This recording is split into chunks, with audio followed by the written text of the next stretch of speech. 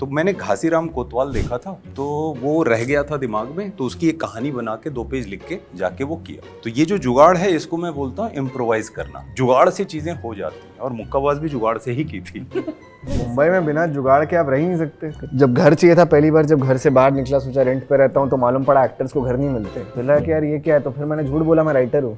वरुण देख लीजिए।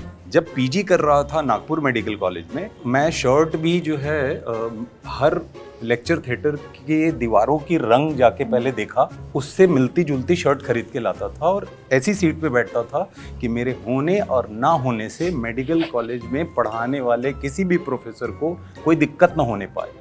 तो 6 साल में ना कोई गर्लफ्रेंड बनी, न जीवन में और क्या हुआ मुझे पता नहीं, सिर्फ यही काम किया। फाइनल ईयर में जो तीसरा साल होता है मैं पकड़ा गया था। एक राइटर जाके किसी को बोले कि मैं आपकी जिंदगी के राइट्स लेने वाला हूँ, तो वो कोई मानेगा भी नहीं, शायद कोई देगा भी नहीं। कॉमेडी हो जाएगी थोड़ी। हाँ, वो मैं एक बार किसी और कहानी के लिए ट्राई कर चुका हूँ, तो उन्होंने दरवाजा ही बंद कर दिया। जो कम बजट था ना, उसकी वजह से ये मतलब ये इम्प्रूवमेंट आ पाया।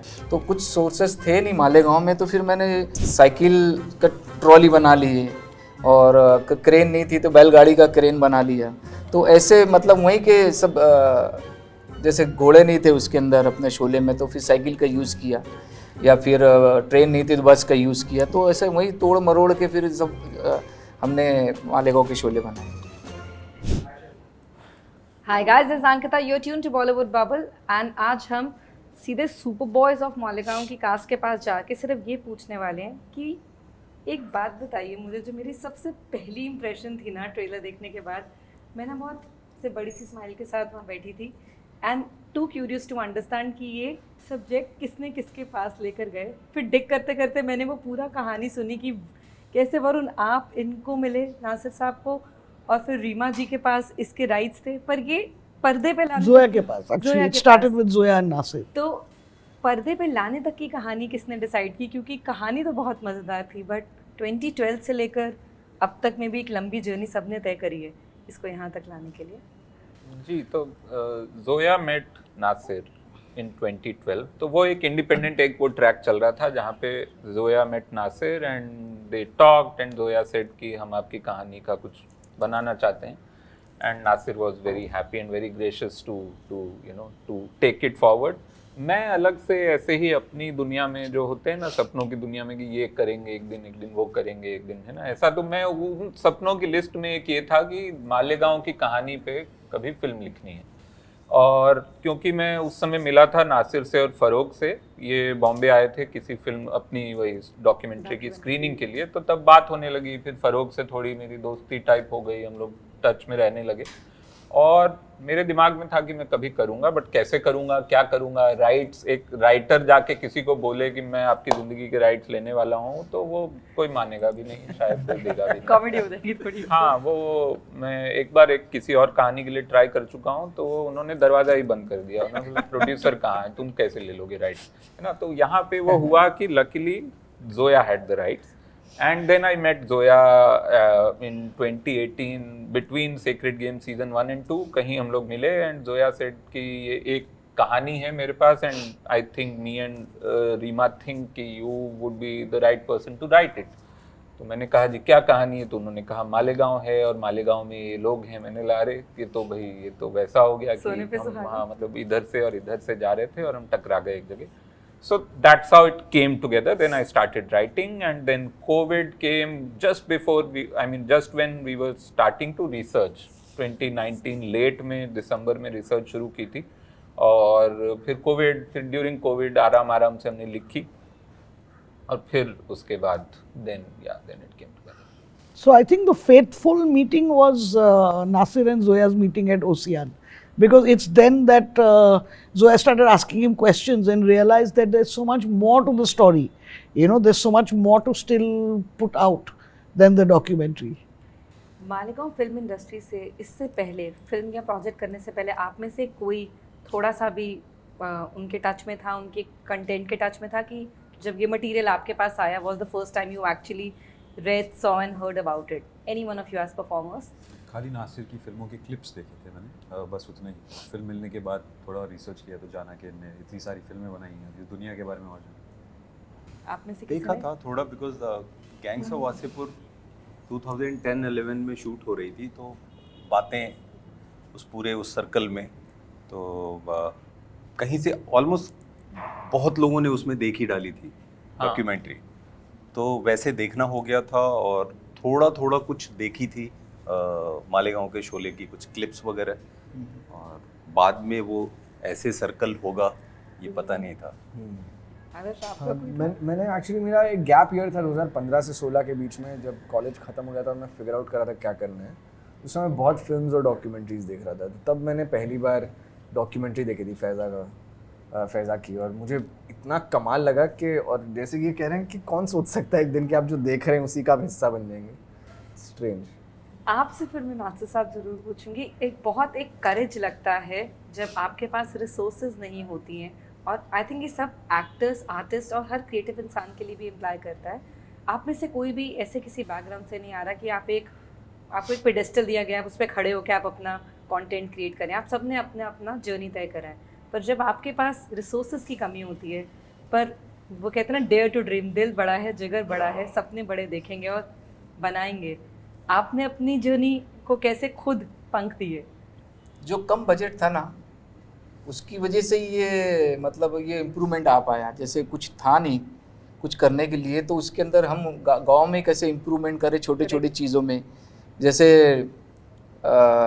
फिल्में जो मैं लगाता था, देखता था, इंग्लिश फिल्मों, वीडियो पार्लर था, तो वो सब देख कर सीखा। तो उसमें ज़्यादातर मैं ये देखता था कि वो जो एंगल रहते थे उनके ज़्यादातर ट्रॉली यूज़ होती थी, क्रेन यूज़ होती थी, तो फिर वो अलग लेवल पे फिल्म लगती थी। तो कुछ सोर्सेस थे नहीं मालेगांव में, तो फिर मैंने साइकिल का ट्रॉली बना ली, और क्रेन नहीं थी तो बैलगाड़ी का क्रेन बना लिया। तो ऐसे मतलब वहीं के सब जैसे घोड़े नहीं थे उसके अंदर अपने शोले में, तो फिर साइकिल का यूज़ किया, या फिर ट्रेन नहीं थी तो बस का यूज़ किया। तो ऐसे वहीं तोड़ मरोड़ के फिर सब हमने मालेगांव के शोले बनाए। ये जो एक हमारी टर्म है डेयर टू ड्रीम, सबने शायद जब भी अपना करियर शुरू करा होगा, कोई कहते हैं ना साथ में लेकर नहीं आता, you build it from scratch. क्या किसी को अपनी वो कोर मेमोरी याद है जहाँ पे आपने भी ऐसे बिना कुछ हुए या बिल्कुल अपनी कम थोड़ी सी रिसोर्सेज में अपना एक वो फर्स्ट या बिग शॉट दिया हो किसी भी चीज़ के लिए, चाहे वो एक ऑडिशन टेप के लिए हो, चाहे वो एक स्क्रिप्ट के लिए हो, चाहे वो आपका पहला लिखा हुआ कुछ हो? I start with you. मुझे याद है कि ऑडिशन मैंने दी हो, बहुत सारी है, मैंने रिसोर्सेज के बहुत सारी ऑडिशन दी होंगी। I can't even count, I think शायद 500,000 में नंबर क्या ही बोलूँगा। ऐसे पल होंगे जब मैं इस शहर में आया था, रिसोर्सेज नहीं थे, काम नहीं जानता था, दोस्त नहीं थे। आई थिंक ये हर आर्टिस्ट की लाइफ में आता है। There was many for my first film Titli, this is how I felt when I was auditioning for it. कोई रिसोर्स नहीं थे, तो कुछ नहीं जानता था। नहीं, मेरे साथ ऐसा हुआ नहीं, क्योंकि मैं बहुत शाई किस्म का था। तो मैं किसी मतलब I never barged into a door कि भाई मैं ये स्क्रिप्ट है मेरे पास, बनाओ या सुनो मेरी बात, या ये मैंने ना उस तरह से कभी किया नहीं। I went very silently and kept on working at my own pace. Of course I had the privilege कि ये मेरे मतलब ऐसा कभी वो नहीं हुआ कि अच्छा आज का खाना कहाँ से आएगा, वो वाला प्रिविलेज था। घर से थोड़ा सपोर्ट था, थोड़ा अपने सेविंग्स थे, थोड़ा अपना समझ थी कि ठीक है धीरे धीरे हो जाएगा। बट ये था कि मैं जब जॉब कर रहा था, 1 साल में जॉब कर रहा था, तो वहाँ मैंने थोड़ी बहुत इस तरह की हरकतें की थी कि मैं जॉब में दिखाता था कि मैं कर रहा हूँ कोडिंग, और मैं लिख रहा होता था स्क्रिप्ट। तो वो एक विंडो में कोडिंग चल रही है और वो कोडिंग हो चुकी है पूरी, वो कर चुका हूँ मैं, और वो मैं दिखा रहा हूँ कि पूरा नहीं हुआ है, बस लास्ट का एक कमांड लिखना बाकी है, एक स्लैश डालना है और वो प्रोग्राम वर्क करेगा। वो स्लैश छोड़ा हुआ है मैंने, ताकि कोई आए तो मैं बोलूँ कि हो रहा है, अभी ना वर्क नहीं कर रहा, देखो ना अटक गया है ये सब, और साइड में मैं अपना कर रहा हूँ। तो वो काम मेरा हो चुका है कोडिंग का, बट मैं दिखा रहा हूँ कि ये कोडिंग में 2 दिन लग रहे हैं, और वो 2 दिन में मैं अपनी एक शॉर्ट फिल्म लिख रहा हूँ। तो इस तरह के हसल करता था। जो कंपनी का इंटरनेट मिल गया था, उस समय इंटरनेट बड़ा महंगा होता था, 2004 की बात कर रहा हूँ, तो तब आप इंटरनेट कैफ़े पे जा नहीं सकते थे। और मेरे भाई ने मुझे एक्सेस दे दिया था आईआईटी के लाइब्रेरी का। तो आईआईटी की, he was in IIT Kanpur, तो वहाँ की लाइब्रेरी में फिल्मों का पूरा एक जो कॉमन लैन पे होता था उस समय, तो तो फिल्में, किताबें बहुत सारी, तो I would read novels, then watch a film late after सब चले गए ऑफिस से घर, तो मैं रात को 10-12 बजे तक फिल्में देख रहा हूँ, फिर लिख रहा हूँ, तो ये सब करता था मैं। रीमा, आपका क्या कुछ रहा ऐसा? Well, I mean, obviously, I tried to make a short film way before I made my first film. I made the film, but it was a bit like this, Jugaru and Hustle. But having said that, I think ये जब मैंने film बनानी शुरू की और नासिर भाई के साथ बातें होते start हुए, then I started interacting with him, I realized कि एक तो hustle सबका होता है. You could be a director functioning out of Bombay or Mumbai with the highest budget, and you could be doing a video film in Malegaon. But एक traits of a director होते हैं, उसमें hustler, जुगारू, or trying to inspire other people, because you can't order somebody to do their best work. You have to inspire them. You have so much, you have a crew and a cast that you have to inspire. So इसमें थोड़ा manipulation होता है. So I realized that those parallels stay intact. And honestly, it's not about being privileged or not, because every artist has their own journey. Exactly. And everybody has their own struggle, which you can't take away, Agreed. But I think when you have limited resources to your play, वहाँ से यहाँ तक का जो एक सफ़र है, उसकी खूबसूरती शायद एक different lens से हम देख सकते हैं. Yeah, but for me, the more खूबसूरत thing about Nasir Bhai's journey is that, I spoke about the things that are alike. The one big difference, हम लोग सब मुंबई आए हैं अपने ड्रीम्स अचीव करने के लिए. नासिर भाई मुंबई को मालेगांव लेकर आ गए. Yeah, and that is the unique thing about him. Nasir भाई, आपकी जर्नी से ये क्वेश्चन इंस्पायर्ड है, तो मैं आपने तो मुझे पहले जवाब दे दिया, तो विनीत आप मुझे बताइए. अब सब जुगाड़ पे ही खड़ा है मेरा. अरे मेरी सिस्टर ने देखा टीवी पे एक टैलेंट हंट आ रहा था, सुपरस्टार्स, तो उसने बोला भैया इसमें एक्टर्स खोजे जा रहे हैं. तो मैं मेडिकल कॉलेज से सीधा आया मुंबई ऑडिशन देने के लिए. यहाँ पहुँचा तो मुझे लगा कि जो बताएंगे वो कर दूंगा. मेरी ज़िंदगी का पहला ऑडिशन मुंबई में. वहाँ गया तो मैंने बोला कि क्या करूँ, तो वो लाइन लगी हुई थी, पहला अनुभव था ऑडिशन का, तो वो कुछ दे नहीं रहे थे. वो ये बोल रहे थे कि आप अपना कुछ करो.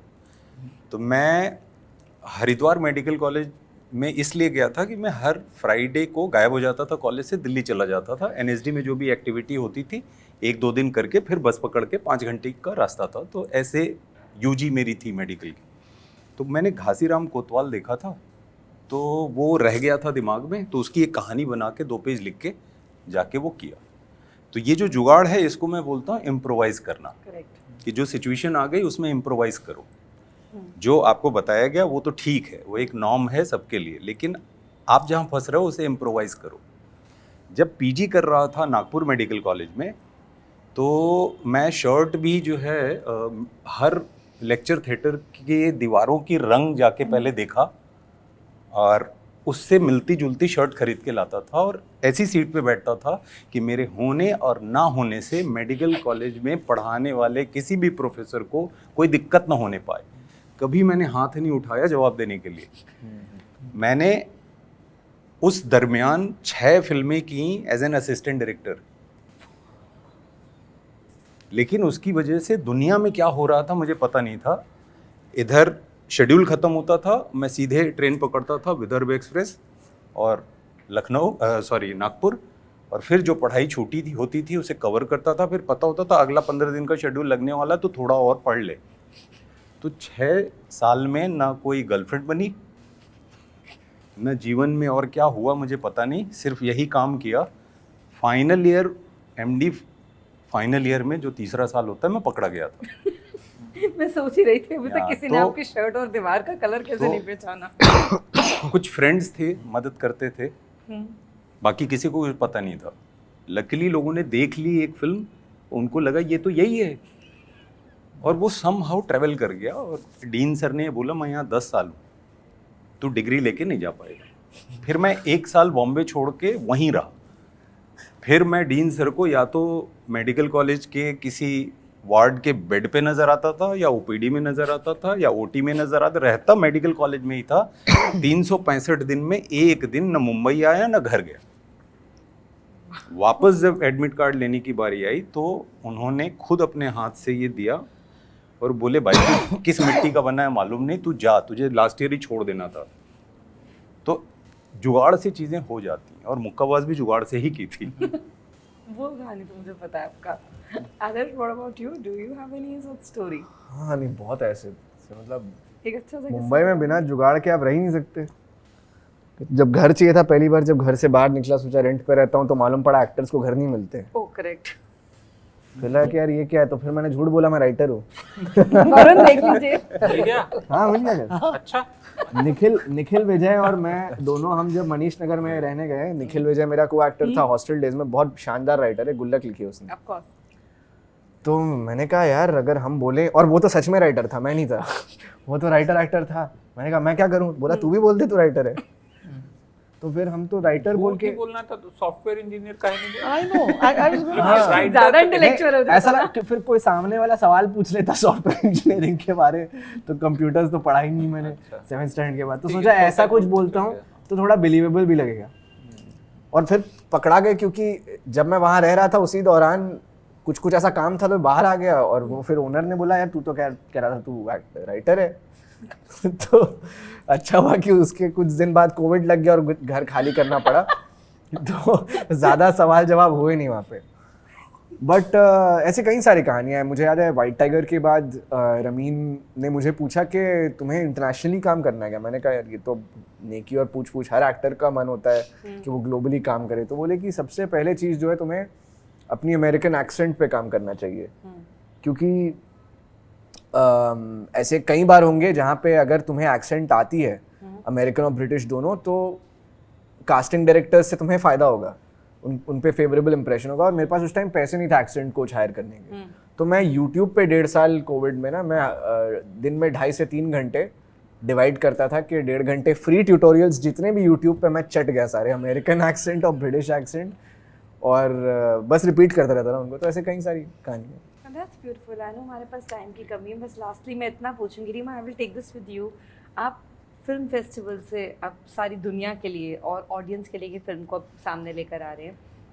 मालेगांव में ऐसी वो क्या खास बात है जो हर किसी की कहानी हो सकती है? बिकॉज मैं एक सिने लवर होने के बावजूद भी ये बोलूँगी, मुझे लगता है this story can be for everyone, क्योंकि हर कोई अपना सपना अचीव कर सकता है। It is because obviously film making एक लेयर है फिल्म की, बट आप अगर देखो it's a very strong friendship story, it's a very strong underdog story, It is. and I think it's, you know, and it's so specific, which is why it's so universal, and I think that it speaks to anybody who has a dream.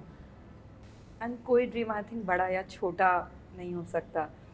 Lastly, anyone has any words to say? Because my heart was actually full when I saw this. I'm like, you can dream anywhere. I come from a village, so I know that it takes a lot whenever you reach anywhere in life. There's nothing you can't do. Yes, I'd like to say please go and watch Superboys of Malegaon in theaters. It's releasing on 28th Feb. Yes, and to anyone, just go and dream. It's always possible. You can always give it a shot. Thank you guys. Thank you. Thank you so much.